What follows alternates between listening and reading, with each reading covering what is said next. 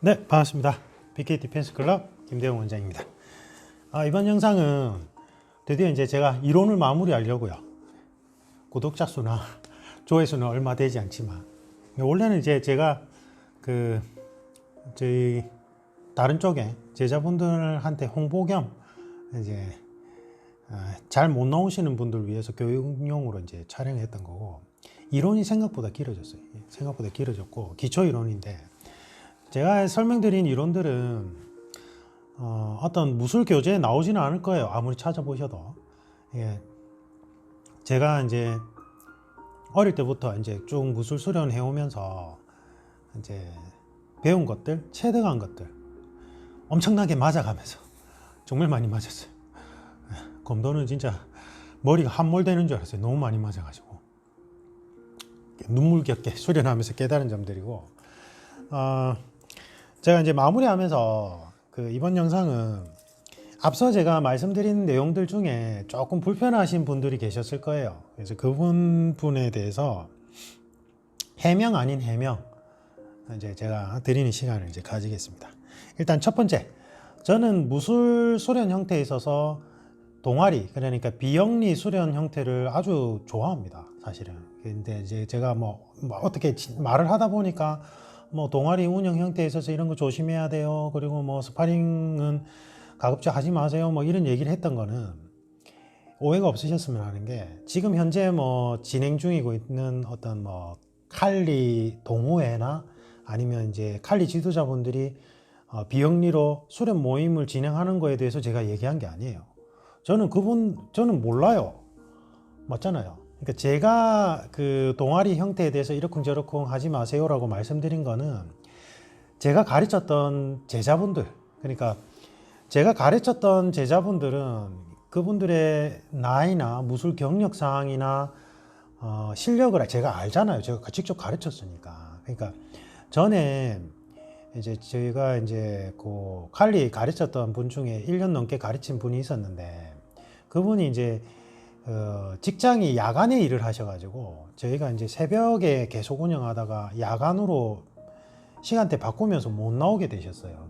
제가 그분이 새벽에 좀 개설해 달라고 했는데, 제가 본업 쪽도 너무 바쁘고 해서 어떻게 좀 안 됐는데, 이제 그분이 이제 계속 하고는 싶은데 다른 데 가서는 배우기가 싫고 이제 직장 동료들 모아놓고 이제 동호회를 하려고 하셨거든요. 그러니까 그런 경우가 좀 있어요. 그러니까 그분들께 드리는 제가 조언인 거예요, 조언. 그러니까 뭐 칼리 뿐만 아니라 어떤 무술 동아리에 대해서 제가 부정적으로 얘기하는 게 절대 아닙니다. 오해 없으시길 바라고, 뭐 다른 분야 무술 동아리나 아니면 지금 칼리 동아리, 그러니까 제가 가르쳤던 제자분들하고 전혀 상관없는, 그러니까 뭐 다른 지역이나 뭐 지금 같은 지역이라도 뭐 지도자분들이 운영하시는 거나 이런 쪽은 저는 몰라요. 제가 그분들 무술 경력도 모르고, 실제 무술 지도자분들이 모아놓고 무술 비영리 동호회 하는 건 아주 좋은 거죠. 대신에 이제 동정업계에 있는 분들이 경제적으로 좀 피해를 보시니까 문제인 거지, 그건 아주 좋은 거죠. 그러니까 제가 그런 부분에 대해서 말씀드린 게 아니에요. 그러니까 관계자분들이 오해 없으셨으면 좋겠어요. 상처받았어 이렇게 하지 마시라고요. 여러분들 들으라고 한 얘기가 아니라, 제가 예전에 가르쳤던 분들이 그렇게 동호회 형태로 하려고 해요. 근데 사실은 이게 국내 칼리가 도입된 지 꽤 됐음에도 불구하고 활성화가 잘 안 되고, 어느 정도 조금 배우면 도장을 나가서 내가 이제, 그러니까 제가 드린 말씀 중에 이 부분은 다 공통되는 얘기예요. 제 제자들한테만 얘기한 게 아니라, 어떤 무술 지도자로서 내가 활동하고 누군가를 가르치고 싶다면 최소한 단일 무술 경력이 5년에서 7년 이상은 된 사람이 집체 과정, 공식적인 집체 과정을 거쳐서 무술 지도자로 활동해야 돼요. 그게 중요해요. 그래서 단기 집체 과정이 있는 어떤 무술 단체라도 보면 최소 지원 자격 요건을 단일 무술 3단, 4단 이상으로 해놔요.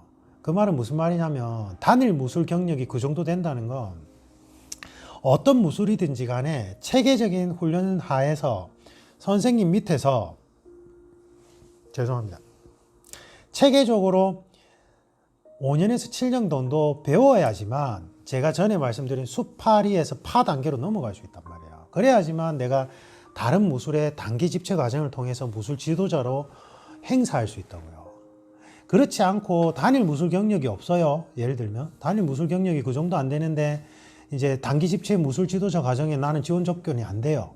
그래서 해외를 떠돌면서 뭐 해외 마스터한테 대충 가서 어느 정도 짧게 배우고 와서는 내가 뭐 지도자로 행사한다 이런 거는 잘못됐다고요. 예, 혹시나 그런 분이 있다면 그런 분이 없죠. 있겠어요. 없을 거라고 생각하거든요. 저는. 근데 이제 제 아까 말씀드린 그 제가 가르쳤던 분들은 그렇게 조금 갈 가능성이 좀 있는 거예요. 상황적으로. 그래서 제가 노파심에 제가 가르쳤던 제 제자분들한테 말씀드린 거예요. 맞죠? 예, 그거는 잘못됐죠. 그거는 저는 만약에 어떤 무술이 단기 집체 과정 또는 어떤 뭐 특정 세미나 횟수를 통해서 그런 지도자 자격 요건을 준다면 그거는 뭐 아주 짧게 길어봐야 2, 3년 안에 지도자 자격을 부여하겠다 이거잖아요. 근데 그거는 그 사람의 백그라운드가 되는 무술 경력이 최소한 5년에서 7년 단일 무술이 그 정도 되지 않는 사람을 대상으로 저는 그렇게 하는 건 좀 반대한 입장이에요. 진짜로. 그거는 말이 안 돼요. 네. 무술이란 건 그렇게 안 돼요. 그렇게 단기간에 지도자로서. 물론 이제 저는 스파링 위주로 한 검도를 오래 했기 때문에 거기에 덧붙여서 실제 스파링 훈련 체계도 지도하고 싶다면 실제로 스파링을 단일 무술에서 스파링을 5년에서 7년 정도 해본 사람이 그게 이제 맨손 무술이든 무기술이든지 간에 해본 사람이 그렇게 집체 과정을 통해서 가르쳐야 된다는 입장은 맞아요. 이거는 근데 요즘에 이제 국내 칼리 지도자분들 그 이제 진입하신 분들 이제 무술 배경 보면 대단하신 분들 정말 많아요. 제가 지금도 뭐 이전 소속도 보면 거기 관장님들 뭐 복싱, 킥복싱, 주짓수, 종합 격투기 막 어마어마한 분들 많았어요. 경력 상황이요. 근데 그분들 진짜 스파링 위주의 무술을 아주 오래 한 분들이거든요. 그분들은 칼리 무술 지도자 과정 거치면서 본인 나름대로의 그러한 노하우들을 무기술 스파링에 접목시켜서 충분히 가르칠 수 있죠. 왜 못합니까? 할 수 있죠, 당연히. 제가 그 부분을 말씀드린 게 아니에요. 그 부분을 말씀드린 게 아니고 아까 얘기했듯이 제가 가르쳤던 제자분들이 사실은 상황적으로 잘 안 되니까 본인이 어떤 동호회를 만들고 이제 그런 훈련을 하게 되면 위험성이 내포해 있어요. 저는 그분들 경력을 아니까. 그래서 그 부분에 대해서 말씀드린 거예요. 그래서 관계자분들이 오해가 없으셨으면 좋겠습니다. 됐죠? 근데 이제 명확한 거는 내가 무술 지도자라고 얘기를 하고 싶다면 단일 무술 경력을 그 정도 만들고 나서 확장을 해서 어떤 다른 무술에 있어서 지도자라고 그리고 지도자 과정은 공식적으로 거치세요. 그게 아주 짧은 과정이든 긴 과정이든지 간에 그거는 양심의 문제입니다. 제가 생각할 때는 이제 그런 부분이고 그 다음에 제가 칼리의 단점을 명확하게 자꾸 설명드리잖아요. 그게 왜 그러냐면 저는 이제 지금 국내 칼리 단체 운영하시는 분들이 저한테 상을 줘야 된다고 생각하는 게 제가 일반인 분들 그러니까 지금 칼리 지도자로 활동하는 분들이나 협회를 운영하시는 분들은 실제 칼리가 어떤 건지 알고 오는 분들을 대상으로 칼리를 가르치잖아요. 근데 저는 제 본업 쪽에 칼리나 아예 무술 자체에 전혀 관심도 없는 사람을 대상으로 칼리 홍보를 무진장 많이 하고 있어요. 온라인이든 오프라인이든 진짜로. 근데 제가 칼리에 대해서 전혀 관심도 없는 사람들한테 칼리를 설명할 때는요. 칼리의 장단점을 명확하게 설명을 해주고 접근해야 돼요. 왜냐하면 실제 스파링 위주의 무술 경력이 어느 정도 되는 친구들은 칼리의 수련 체계만 보면 대충 알아요. 이거 진짜 실제 가능해요. 저 기술이 진짜 스파링에서 가능하다고요? 이래요, 대번에. 그 상황에서 무조건 돼요. 해보세요. 이러는 거는 그거는 말이 안 돼요. 그러니까 지금 다른 칼리 지도자분들이나 칼리 수련생분들은 칼리 자체에 대해서 어느 정도 호감을 가지고 온 분들끼리 얘기를 하니까 칼리의 좋은 부분만 얘기할 수 있겠지만 저는 아니라고요. 저는 정말로 관심 없는 분들한테 칼리를 설명하고 홍보를 하려면 단점을 먼저 명확하게 얘기해주고 하지만 그럼에도 불구하고 칼리의 이러저러한 장점이 너무 좋으니까 필수적으로 한번 해봤으면 좋겠다라고 얘기를 해준다고요. 저한테 고마워하셔야 돼요. 칼리 관계자분들 진짜로. 김 원장 저거는 지도 칼리 가르치면서 왜 저래 칼리에 대해서 안 좋은 면만 얘기하는 거야? 이러면 안 돼요. 그리고 어떤 무술이든지 발전하려면 활성화시키려면 교육 체계의 개선이 정말 중요합니다. 저는 교육 프로그램 개발자잖아요. 본업 쪽이. 그러니까 사실은 칼리의 수련 체계가 시대상에 좀 안 맞는 부분도 있어요. 실제로 지금. 그래서 조금 개선해야 되는 부분들이 많이 보여요. 제 눈에는. 그래서 그런 부분을 얘기를 드린 거라고 생각하시면 좋을 것 같아요. 그 다음에 제가 저는 이제 본업적인 인적 자원 개발 및 교육 프로그램 설계인데, 제가 다양한 연령대, 진짜 다양한 연령대, 60대까지도, 아주 어린 아이부터 60대, 50대 후반, 60대 초까지도 다양한 전문 직종 또는 다양한 직업 또는 다양한 경력을 가진 분들을 코칭을 많이 했어요. 많이 했는데, 제가 드리고 싶은 말씀은 무술 지도자분들이나 무술 수련생분들이나 공통적으로 제가 드리고 싶은 말씀은, 다른 사람의 말에 대해서 뭐라고 합니까? 이힐비힐이라고 합니까? 너무 기뻐하지도 슬퍼하지도 마세요. 그걸 이제 검도에서는 부동심이라고 하고 평상심이라고 불러요. 저희 선생님은 제가 처음에 검도장 들어갔을, 그죠? 풋풋한 청년일 때부터 장년이 될 때까지 항상 20년 가까이 항상 저한테 하셨던 말씀이 초발심과 평상심이에요. 예. 마음이 흔들리지 말고 평상심을 유지해라. 그리고 항상 처음 초심을 잃지 말아라. 그 말만 계속 하셨어요. 근데 제가 이제 작년에 중장년에 들면서 40대에 접어들고 저도 늙어가기 시작하면서, 참 무슨 말씀인지 이제 알겠다, 이런 생각이 들거든요. 그러니까 보면 무술을 수련함에도 불구하고 다른 사람들의 어떤 비평이나 비판에 대해서 너무 막 이힐비힐하세요. 그러지 마세요. 그냥 그 사람은 그렇게, 제가 제 경험을 얘기해 드릴게요. 저는 검도 그만두고 나왔을 때요, 정말로 제가 생각할 때는 저보다 무술 경력이 짧아요. 이 사람들이 무술 경력도 짧고, 그 다음에 또 무술 경력이 뭐 저하고 비슷하다 하더라도 단일 무술 경력도 그렇게 길지도 않아요.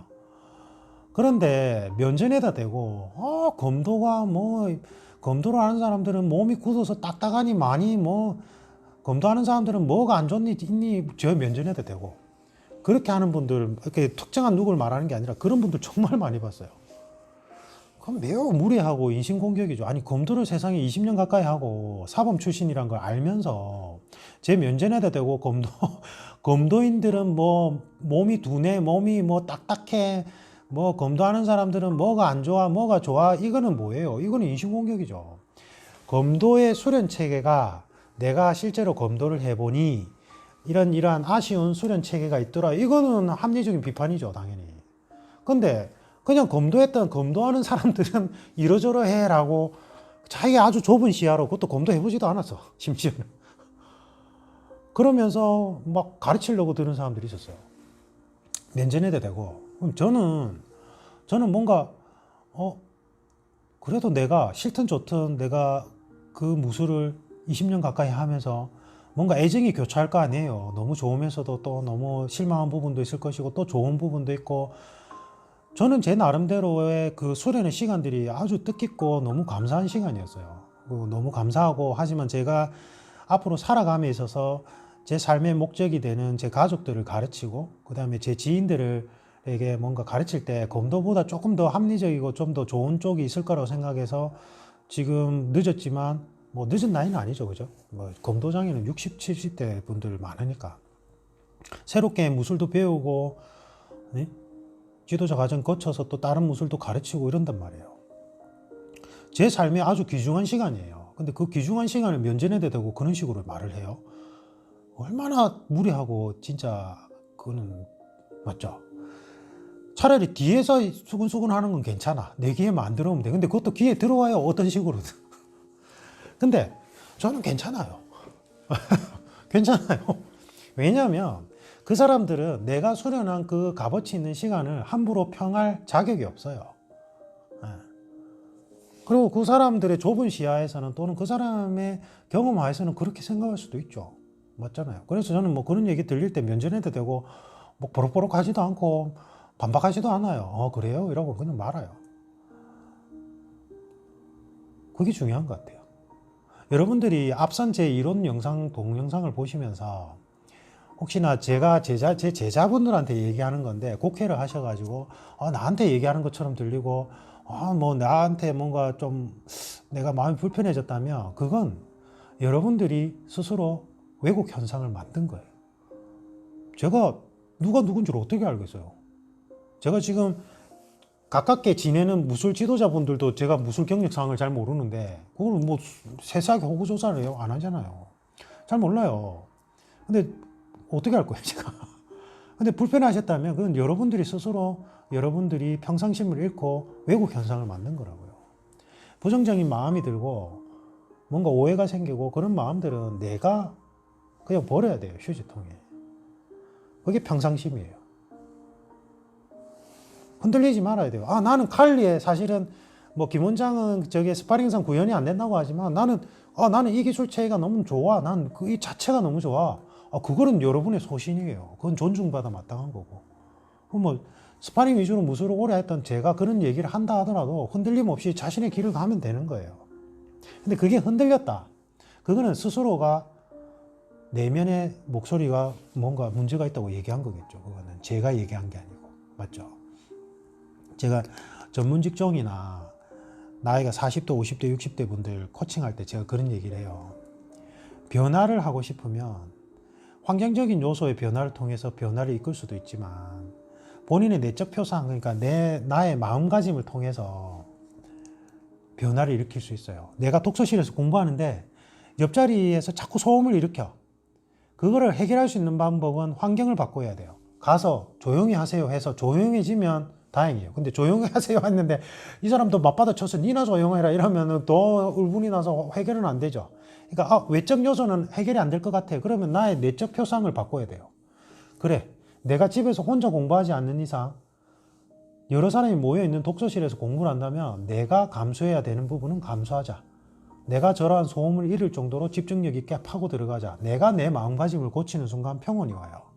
그러니까 어떤 문제를 해결하는 방법은 외적인 환경 요소를 바꾸든지 아니면 내가 내 스스로의 내적 표상을 바꾸든지 둘 중에 하나예요. 그런데 외적 환경 요소가 바뀌지 않은 상황에 대해서 우리는 매달려요. 내가 가난하게 태어난 것은 어쩔 수가 없는 거예요. 내가 아주 부잣집에 태어난 건 어쩔 수 없는 거예요. 내 부모 형제가 막 서울대 출신에 아주 막 잘 나가는데 나만 안 뒤떨어지는 거, 그건 뭐 어쩔 수 없는 요소예요. 그 부모가 그렇게 잘나게 태어난 거, 아니면 부모님이 가난하게 태어난 거 내가 어떻게 할 수가 없어요. 대신에 내가 나의 내적 표상을 가다듬어서 내가 할 수 있는 것들은 할 수 있다고요. 그럼 물론 환경적인 요소를 바꿀 수 있으면 그게 제일 좋아요. 근데 그게 안 되는 경우가 더 많은데 우리는 내가 바꿀 수 없는 환경적인 요소에 매달리고 스스로 자책하고 비난하죠. 남 탓하고요. 그러면 절대 삶이 변화되지 않아요. 제가 그래요. 드라마틱한 변화 방법은 없어요. 이래요. 저한테 와서 한 40대, 50대 분들 그렇게 얘기하세요. 선생님, 제가 소개로 왔는데 저는 뭐 이러이러한 변화를 통해서 저의 마음의 평온을 얻고 싶습니다. 이래요. 자, 그런 거 없어요. 이래요. 그런 거 있으면 제가 먼저 해봤으면 좋겠어요. 제가 그렇게 얘기합니다. 없어요. 냉정하게 한번 분석해 보셔야 돼요. 이게 내 마음속에 깊은 나 자신으로부터 기인된 문제인 건지 아니면 환경적인 요소에서 기인된 건지, 그리고 그 환경적인 요소를 내가 지금 바꿀 수 있는지 없는지, 아니면 내 아이의 내적 표상을 바꿔서 내가 평온을 얻을 수 있는지 없는지 한번 냉정하게 분석해 봐야 돼요. 그렇게 하려면 현재 나의 위치를 냉정하게 판단을 내려야 돼요. 제가 앞선 영상에서 앞에 지금 말씀드린 것 중에 무술 지도자로 행세하지 마라. 단일 무술 경력이 그 정도 안 되고 그렇게 과정을 안 거쳤다면 무술 지도자로 행세하지 마라. 이 말이 무슨 말이냐면 그거는 허세예요. 허세. 거만을 떠는 거란 말이에요. 제가 제 제자분들한테 얘기하는 거예요. 제가 가르쳤던 분들. 나의 실력과 상관없이 그 정도의 수련 기간과 과정을 거쳐야지만 내가 당당하게 숙성된 걸 가르칠 수 있다고요. 근데 그게 아닌데 내가 뭔가 좀 흉내를 잘 내는데 오 해주니까 나는 내가 마치 무술 지도자처럼 행세하고 싶어. 그거는 교만이 되고 결국 나중에 독이 되고요. 그게 나중에는 자기한테 부메랑이 돼서 돌아와요. 저 그런 분들 엄청 많이 봤어요. 진짜로. 그런 맥락은 있습니다. 아시겠죠? 그래서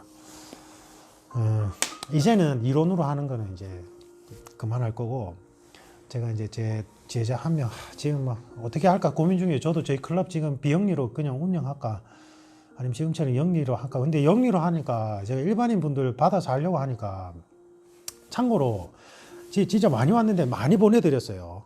아셔야 돼요. 제가 이제 같은 지역에 있는 그 진짜 오래된 곳이 있어요. 제가 그쪽으로 많이 보내드렸어요. 진짜 추천을 많이 해드렸다고요.